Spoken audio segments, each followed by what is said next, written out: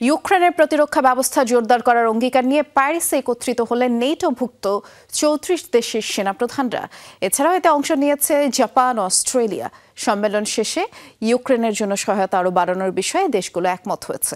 পরে বৈঠকে বসেন ব্রিটেন, জার্মানি সহ ইউরোপের শীর্ষ ৫ দেশের প্রতিরক্ষা মন্ত্রী।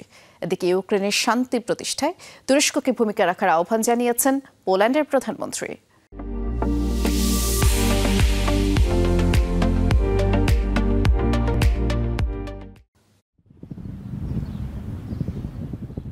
জাপান, অস্ট্রেলিয়া ও ন্যাটো দেশগুলো সহ ৩৪ দেশের সেনাপ্রধানরা জড়ো হন প্যারিসে, যেখানে ইউরোপের নিরাপত্তা জোরদারে আলোচনা করা হয়। এরপরে বৈঠক হয় ইউরোপের শীর্ষ ৫ সামরিক শক্তি ফ্রান্স, জার্মানি, ব্রিটেন, ইতালি ও পোল্যান্ডের প্রতিরক্ষা মন্ত্রীদের। উপস্থিত ছিলেন ইউরোপীয় ইউনিয়ন ও ন্যাটোর প্রতিনিধিরাও। ভার্চুয়াল ভাষণ দেন ইউক্রেনের প্রতিরক্ষা মন্ত্রী রুস্তভ উমেরভ। ইউক্রেনের নিরাপত্তায় ছিল আলোচনার মূল এজেন্ডা। কিয়েভকে সহায়তায় কোয়ালিশন অফ দ্য উইলিং এর আগ্রহ প্রকাশ করেছে প্রতিবেশীরা। গোটা ইউরোপের নিরাপত্তা জোরদারে সম্মিলিত কার্যকরী পদক্ষেপের অঙ্গীকার করেছে তারা। ইউরোপের প্রতিরক্ষা জোরদারে সবচেয়ে গুরুত্বপূর্ণ দ্রুত পদক্ষেপ নেওয়া। সম্মিলিতভাবে স্বল্প ব্যয়ে একটি প্রকল্প পরিচালনা সম্ভব। সেনাদের একসাথে প্রশিক্ষণ সহ সম্মিলিত ব্যবস্থাপনার মাধ্যমে যাতে আমলাতান্ত্রিক জটিলতাও কমে।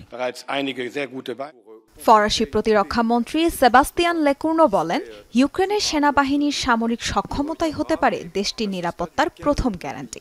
একই সুরে কথা বলেন অন্যরাও। ফরাসি মন্ত্রী জানিয়েছেন, ইউক্রেনের জন্য নতুন নিরাপত্তা কাঠামোয় অংশ নিতে চায় ১৫ ইউরোপীয় দেশ।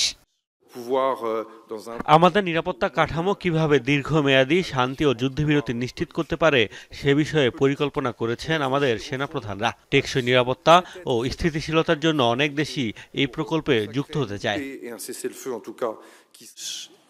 প্যারিসে আমরা একমত হয়েছি যে অস্ত্র সরঞ্জাম বাড়াতে হবে, সামরিক সক্ষমতা আরও বাড়াতে হবে, সামরিক শিল্প শক্তিশালী করতে একসাথে কাজ করতে হবে, যুদ্ধকালে দ্রুততার সাথে পরিচালনার সক্ষমতা থাকতে হবে, অর্থনৈতিক প্রবৃদ্ধিরও একটি মাধ্যম হিসেবে প্রতিষ্ঠা করতে হবে এই শিল্প।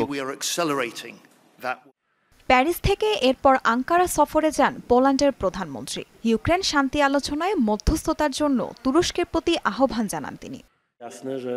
প্রেসিডেন্ট এরদোগানের কাছে স্পষ্ট প্রস্তাব দিতে চাই, পুরো অঞ্চলে শান্তি প্রক্রিয়া, নিরাপত্তা ও স্থিতিশীলতার গ্যারান্টির লক্ষ্যে মধ্যস্থতার গুরু দায়িত্বটি যেন তুরস্ক নেয়। আমরা তুর্কি বন্ধুদের সহায়তায় প্রস্তুত। প্রতিরক্ষা ও প্রতিরক্ষা শিল্প উভয় ক্ষেত্রেই পাশে থাকব।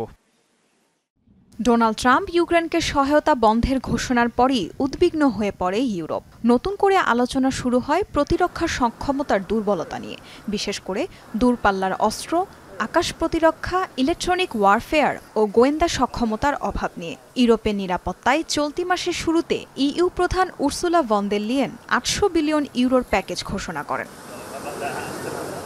তাজরিয়ান সোবহান, যমুনা নিউজ।